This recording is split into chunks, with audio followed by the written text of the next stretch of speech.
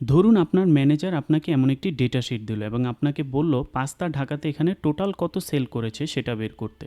এভাবে এক বা একের অধিক কন্ডিশন থাকলে আমরা সাম ইফস ফাংশনটিকে ব্যবহার করব। ফার্স্ট আমরা সাম ইফস ফাংশনটিকে কল করে নিচ্ছি।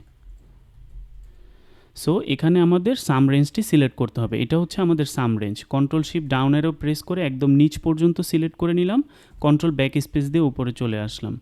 দেন আমাদের ক্রাইটেরিয়া রেঞ্জ ওয়ানটিকেও সিলেক্ট করতে হবে। এটা হচ্ছে আমাদের ক্রাইটেরিয়া রেঞ্জ ওয়ান, এটাকেও আমরা সিলেক্ট করে নিলাম। দেন আমাদের ক্রাইটেরিয়া ওয়ান দিতে হবে। সো পিৎজার এই ঘরটি হচ্ছে আমাদের ক্রাইটেরিয়া ওয়ান। এরপর আমাদের ক্রাইটেরিয়া রেঞ্জ টু সিলেক্ট করতে হবে। এটা হচ্ছে আমাদের ক্রাইটেরিয়া রেঞ্জ টু। দেন হচ্ছে আমাদের ক্রাইটেরিয়া টুটি সিলেক্ট করতে হবে।